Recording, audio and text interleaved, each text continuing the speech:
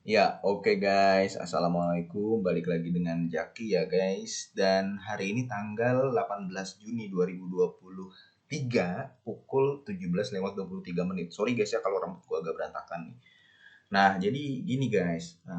Video ini gue buat untuk teman-teman yang baru masuk ke dunia saham yang bertanya ya karena ada di YouTube gue ada beberapa pertanyaan, bang masih megang saham A nggak, masih megang saham B nggak. Terus ini baiknya di average down, di averaging down atau di cut loss dan sebagainya dan sebagainya. Karena gini, waktu gua masih baru di pasar modal dan ya gue sekarang masih newbie juga lah kalau dibandingkan dengan Palo Keng Hong dan dibandingkan dengan orang-orang yang hebat itu gue masih pemula juga. Tapi waktu dulu waktu gue masih baru masuk ke saham itu gue akan sering bertanya, gue harus cut loss atau averaging down dengan saham yang gue miliki. Katakanlah nih ya, kita kan sudah membeli sebuah saham. Nah, ketika sahamnya kita minus, kita harus cut loss atau averaging down, ya kan? Nah, ini gue ngobrol santai aja ya guys di hari Minggu sore. Nah, gue kasih tahu sama lu guys ya, jawaban gue pribadi nih guys. Jawaban gue pribadi adalah gue sangat jarang cut loss kalau tidak perlu. Nah, jadi begini, saham terakhir yang paling terakhir yang membuat gue harus cut loss dan menjual keseluruhan itu adalah Adikarya. Jadi kalau lu sudah mengikuti gua kan sempat beberapa kali mengupdate portofolio gua ya guys ya. Gua megang saham apa? Ini udah kerekam belum ya? Oke udah. Gua megang saham apa? Salah satunya adalah Adi. Gua waktu itu beli Adi di harga 625-an dan gua kira waktu itu gua berpikir bahwa ini valuasinya sudah murah gitu loh. Ternyata kan dia right issue tuh, right issue memang sudah ada beritanya dan gue baca lagi laporan keuangannya dia makin gede nih hutangnya. Sekarang Adikarya di harga berapa ya? Utang obligasinya. Nih, dia di harga 444. Oke, dia makin gede dan eh, sudah ada berita-berita tentang Waskita Karya. Walaupun belum ada berita yang soal Waskita Karya katanya sama Wijaya Karya memalsukan laporan keuangan gitu ya, memanipulasi atau sebagainya.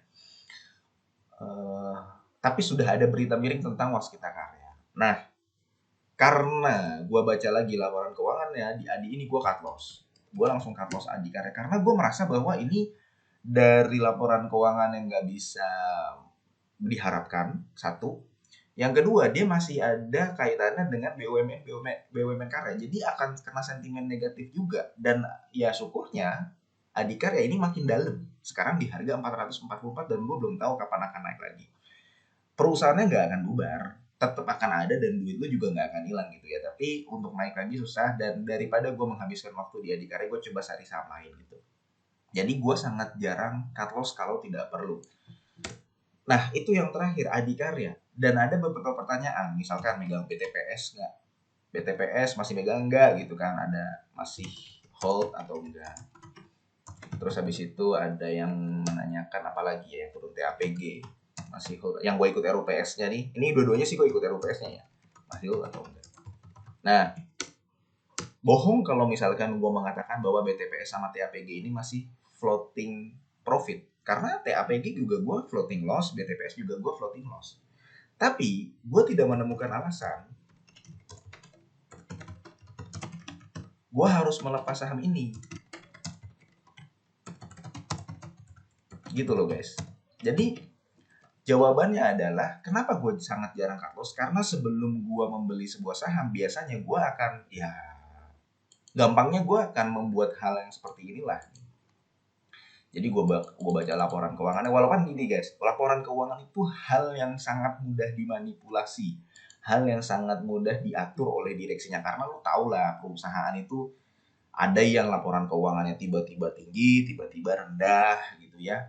Gampang dimanipulasi semua laporan keuangan perusahaan. Jadi kita nggak hanya harus baca laporan keuangan perusahaan, baca direksinya siapa, orang-orangnya siapa, kalau perlu dia bertransaksi dengan siapa, ada perusahaan yang bagus tapi pas kita lihat di transaksinya dengan pihak berelasi semua.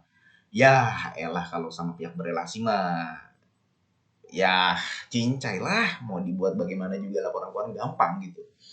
Balik lagi ke sini, jadi banyak yang menanyakan, masih ini enggak hold BTPS atau TAPG enggak? Ya gue bilang gue masih nge-hold, dan kalau perlu gue average down terus sama BTPS dan TAPG. Itu salah satunya dan salah duanya. Dan lu lihat sendiri saat ini TAPG dia sudah naik lagi guys. Kan beberapa bulan lalu dia RUPS, menyelenggarakan RUPS, kemudian dia melakukan pembagian dividen. Gue juga sudah dapat dividennya. Ketika dia sudah mendapatkan pembagian dividen, dia turun sampai 520-an kalau gue nggak salah ya, saham TAPG ini. Dia turun guys sampai 520, sampai 550, sampai 520 dah paling mentok tuh. Kita buka dulu ya TAPG ya, chartnya ya. Mana nih? Oke lah, di Stockbit lah nih.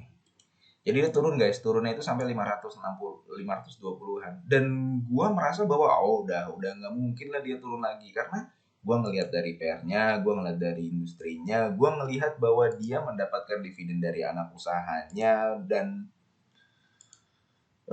akhirnya gue terus gue averaging down, dan TAPG sudah naik lagi. Jadi yang tadinya minusnya lumayan sekarang udah mulai pulih gitu lah. Nah, ini jawabannya kenapa gue sangat jarang cut loss. Karena gue kalau misalkan tidak menemukan alasan kenapa gue harus melepas saham ini, ya gue nggak akan melepas. Gue nggak akan cut loss. Karena kalau kita cut loss, kita kayak sedekah ke market gitu loh guys. Buat apa kita beli saham habis itu kita cut loss? Itu hanya dilakukan pertama kalau lu merasa memang harus cut loss. Apa? Direksinya kena kasus korupsi, manipulasi laporan keuangan, ada macam-macam lah. Kasus itu harus dilakukan ketika perusahaan prospeknya berubah, kemudian perusahaan kena masalah. Nah, gue menemukan yang nomor pertama di Adikarya. Perusahaan prospeknya berubah. Perusahaannya nggak ada masalah waktu itu, tapi kan dia reissue ya. Terus setelah gue baca laporan keuangannya, wah ini dia akan sulit nih, gimana dia mau untung habis itu. Dia untung, tapi gimana kalau misalkan beban keuangannya gede juga. Nah itu, jadi prospek dan fundamentalnya berubah. Jadi gue sama sekali nggak ngeliat harga saham dia turun berapa tik. Gue terus terang nggak terlalu paham soal teknikal. Tapi kalau misalkan dia stop loss di bawah 520, 510 stop loss gitu, gue terus terang gue nggak terlalu paham. Tapi ketika gue menemukan bahwa prospek dan fundamentalnya berubah, maka disitulah gue harus cut loss. Yang kedua, perusahaan kena masalah, bisa perusahaannya, bisa direksinya. Nih guys, ini kalau cut loss ya, bukan kalau taking profit. Kalau cut loss, nanti akan ada pertanyaan lagi, kapan lu taking profit? Nah nanti itu, ini cut loss, perusahaan kena masalah, bisa direksinya atau komisarisnya. Direksinya lah terutama, kayak Waskita. Nah itu ya kalau misalkan lu masih punya di harga yang udah rendah, habis itu ada masalah, ya kalau bisa lu cut loss. Tapi kalau lu udah kadung ada di Waskita Karya dan udah minusnya terlalu dalam, ya udah biarin aja. Jadi itu guys, ini berkaitan dengan pertanyaan-pertanyaan mendingan averaging down atau cut loss. Kalau jawaban gue sangat jarang cut loss, dan gue biasanya akan averaging down selama perusahaannya tidak masalah. Dan karena gini guys, kenapa gue selalu melakukan averaging down? Karena memang gue punya penghasilan. Lu harus, ketika lu masuk ke saham, lu harus hitung guys, lu mendapatkan sumber penghasilan dari mana? Kalau gue kan dari gaji, ya gue masih bekerja nih. Yang kedua, bikin YouTube ini kan juga gue dapat gaji nih, walaupun belum gede lah ya, belum kayak youtuber yang terkenal kayak David Gadget In gitu, kayak Benix yang udah duitnya pasti dalam satu video berapa. Tapi gue iseng-iseng karena gue seneng bikin materi gini, berbagi pengalaman, ngasih edukasi ke yang baru-baru masuk gitu ya. Gue dapat penghasilan dari YouTube salah satunya. Gue dapat penghasilan dari capital gain saham. atau dividen. Nah kan gue juga dapat dividen guys dari kemarin tuh, beberapa perusahaan-perusahaan yang gua koleksi karena gue memang megang 10. Nah dari dividen-dividen ini biasanya gua akan averaging down juga. Jadi ada beberapa pemasukan gua pribadi dari gaji, dari YouTube, dan capital gain dan dividen yang ini yang akan gua lakukan jadikan peluru untuk averaging down saham-saham yang turun. Karena gua memahami, syukur-syukur gue orang yang bener-bener melihat ke lapangan gitu, karena kalau lu benar-benar lihat ke lapangan, lu kenal direksinya nggak macem-macem dan sebagainya, itu hebat banget. Tapi karena kita investor retail, di mana kita sampai sejauh ini ya terbatas untuk mengakses sebuah perusahaan, biasanya sih dari laporan keuangan, laporan tahunan, kemudian berita. Nah, ya sudah, kita melihatnya dari situ, dan kalau dari situ tidak ada masalah, semakin dia turun, kita membaca laporan keuangan yang nggak ada masalah, dia masih layak untuk dikoleksi, masih bagus. Ya dengan 3 sumber penghasilan ini, gua akan averaging down. Kayak begitu guys. Dan secara tidak langsung, total portofolio lu dalam jangka waktu 6 bulan, 1 tahun, 6 bulan ke depannya lagi, 13 bulan, itu akan bertambah. Yang tadinya mungkin 1,5 juta, lu averaging down lagi jadi 2 juta. Lu jadi punya duit 2 juta nih di saham lu, di portofolio lu. Kemudian lu tunggu lagi dalam 1 tahun ke depan, lu jadi punya 4 juta.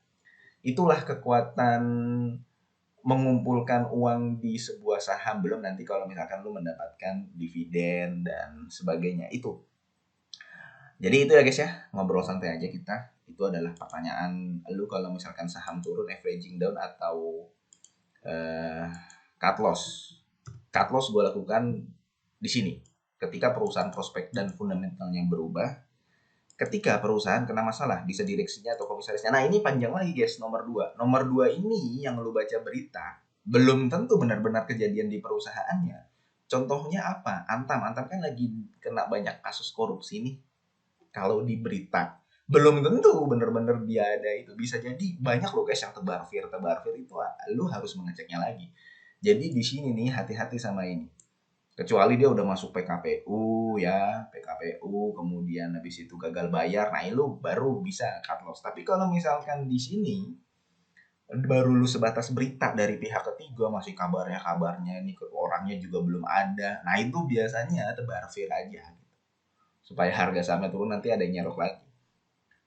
Perusahaan yang masalah bisa direksinya atau komisarisnya atau petingginya lah gitu. Ya gitu aja guys, mudah-mudahan video ini bermanfaat, terutama bagi lu yang baru masuk ke saham ya, dan lu menanyakan apakah cut loss atau averaging down. Terus terang sekali lagi, yang sering gue lakukan bukan cut loss. Terakhir yang gue cut loss adalah Adikarya, dan setelah ini gue nggak melakukan cut loss lagi, justru gue melakukan averaging down. Ya mudah-mudahan video ini bermanfaat dan semoga lo sehat selalu sehingga kita bisa bertemu kembali di video-video selanjutnya. Ingat, ini bukan ajakan jual atau beli ya guys. Gua akhiri, wassalamualaikum warahmatullahi wabarakatuh.